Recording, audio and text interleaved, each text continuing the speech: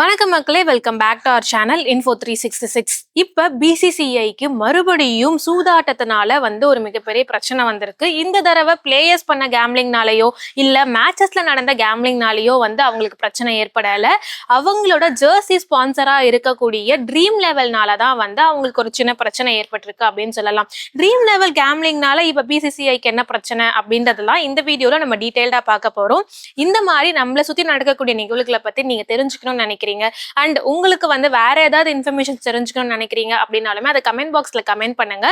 இப்ப இந்த வீடியோக்குள்ள போலாம். இது இன்ஃபோ 366. ஆன்லைன் சூதாட்ட ஒழுங்குமுறை மசோதாவால தான் இப்ப பிசிசிஐ அவங்களோட மெயின் ஜெர்சியோட டைட்டில் ஸ்பான்சர்ஸா இருந்த ட்ரீம் 11 கூட போட்ட எல்லா கான்ட்ராக்ட் அக்ரிமெண்ட்ஸையுமே கேன்சல் பண்ணியிருக்காங்க. இதுக்கப்புறம் நம்ம இந்தியன் டீம் கிரிக்கெட் ஜெர்சியில ட்ரீம் 11 அப்படின்ற அந்த ஒரு லோகோவை பார்க்க முடியாது. இது எதனால அப்படின்னா, ஆன்லைன் சூதாட்ட ஒழுங்குமுறை மசோதா அப்படின்னா என்னன்னு தெரிஞ்சுக்கணும். இது என்ன அப்படின்னா, பொதுவா இந்த மாதிரி சூதாட்டம் சம்பந்தப்பட்ட ஆன்லைன் ஆப்ஸ்ல பண பரிவர்த்தனையில ஏமாந்து போறது இல்ல ஒருத்தவங்களோட பர்சனல் லைஃப் அஃபெக்ட் ஆகுது அப்படின்றத சரி பண்ணணும் அப்படின்றதுதான் இந்த ஆன்லைன் ஒழுங்குமுறை மசோதாவா இருக்கு. அப்படி இப்ப நம்ம இந்தியால ஏகப்பட்ட ஆன்லைன் கேம்லிங் ஆப்ஸை பார்க்க முடியுது. அதுக்காக பெரிய பெரிய செலிபிரிட்டிஸ் பாத்தீங்கன்னா அட்வர்டைஸ்மெண்ட்ல வரதா இருக்கட்டும், ஆட்ஸ்ல அவங்களோட பிரசன்ஸை காட்டுறதா இருக்கட்டும். இன்ஃபேக்ட் இந்த ஐபிஎல் டைம்ல இந்த ட்ரீம் 11ஓட நிறைய ஆட்ஸ்ல அந்த ஒவ்வொரு டீமோட பிளேயர்ஸுமே நடிச்சிருப்பாங்க.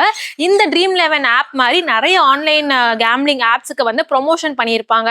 ஸோ இதெல்லாம் பண மோசடியில ஈடுபடக்கூடிய ஒரு விஷயம். கேம்லிங் அப்படின்றத ஆன்லைன்லயுமே நடக்கக்கூடாது அப்படின்றதுனாலதான் இந்த ஆன்லைன் சூதாட்ட ஒழுங்குமுறை மசோதா அமலுக்கு வந்திருக்கு. ஸோ இப்படி இருக்கிறதுனால என்ன நடக்கும் அப்படின்னா, அந்த கேம்லிங் கம்பெனிக்கு மட்டும் ஃபைனோ இல்ல ஜெயிலுக்கு அனுப்பப்படும் அப்படின்ற ஒரு விஷயம் இல்லாம, இந்த மாதிரி கம்பெனிஸ் ஆட அட்வர்டைஸ் பண்றதா இருக்கட்டும், அவங்கள ஸ்பான்சர்ஸா வச்சிருக்கதா இருக்கட்டும், அந்த நபர்கள் மேலேயும் அந்த கம்பெனி மேலேயுமே ஃபைன் போடப்படும். அவங்களும் ஜெயிலுக்கு போறதுக்கான சட்டங்கள் கொண்டு வந்திருக்கிறதுனாலதான் இப்ப பிசிசிஐ பாத்தீங்கன்னா அவங்களோட டைட்டில், அதாவது இந்தியன் டீமோட கிரிக்கெட் ஜெர்சியில அவங்க தான் இப்ப ஃப்ரண்ட் ஜெர்சி மெயின் கம்பெனி ஸ்பான்சர்ஸா இருக்காங்க ட்ரீம் 11. ஸோ அவங்க கூட போட்ட எல்லா கான்ட்ராக்ட்ஸையுமே கேன்சல் பண்ணிட்டாங்க. இப்ப இதுல என்ன பெரிய பிரச்சனை பிசிசிஐக்கு அப்படின்னா, இந்த ஒரு கான்ட்ராக்ட் அப்படின்றது கிட்டத்தட்ட 358 கோடி வரைக்கும் போடப்பட்டது அப்படின்னு சொல்லப்படுது. சோ இதுக்கு முன்னாடி பைஜூஸ் கூட அவங்க போட்ட கான்ட்ராக்டா இருக்கட்டும், இப்ப ட்ரீம் 11 கூட போட்ட அந்த கான்ட்ராக்ட் ஜெர்சி கான்ட்ராக்ட்ஸா இருக்கட்டும், இந்த மாதிரி பல கோடிக்கு இந்த ஜெர்சி கான்ட்ராக்ட்ஸ் அப்படின்றதே நடக்குது பிசிசிஐயோட நம்ம இந்தியன் கிரிக்கெட் ஜெர்சியில. சோ அப்படி இருக்கும் போது இன்னும் சில நாட்கள்ல world cup women's world cup start ஆக இருக்குது, ஏசியா கப்ஸ் ஸ்டார்ட் ஆக இருக்கு. அப்படி இருக்கும் போது நம்ம இந்தியன் டீம் பிளேயர்ஸ் என்ன லோகோ போட்டு அந்த ஜெர்சியை போட போறாங்க. இதுக்கப்புறம் இந்த மேட்சஸ் இன்னும் சில நாட்கள்ல நடக்க இருக்கிறதுனால இன்னொரு ஸ்பான்சர்ஸை தேடி பிடிச்சு அவங்க கூட அந்த ப்ராசஸ் ஸ்டார்ட் பண்ணணும் அப்படின்னா கண்டிப்பா அதுக்கு ஒரு பெரிய டியூரேஷன் ஆஃப் டைம் எடுக்கும். அண்ட் அந்த கான்ட்ராக்ட்ஸ்மே ரொம்பவே கஷ்டமான ஒரு ப்ராசஸாவுமே இருக்கும்.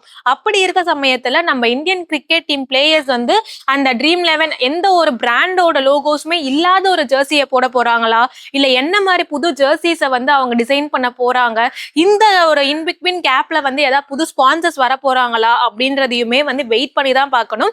இப்ப வரைக்கும் டொயோட்டா கம்பெனி மட்டும் அவங்க இந்த ஜெர்சியில அவங்களோட ஸ்பான்சர்ஸ் இருக்கணும் அப்படின்னு பேச்சுவார்த்தை நடத்திட்டு இருக்கிறதா ஒரு தகவல் இருக்கு.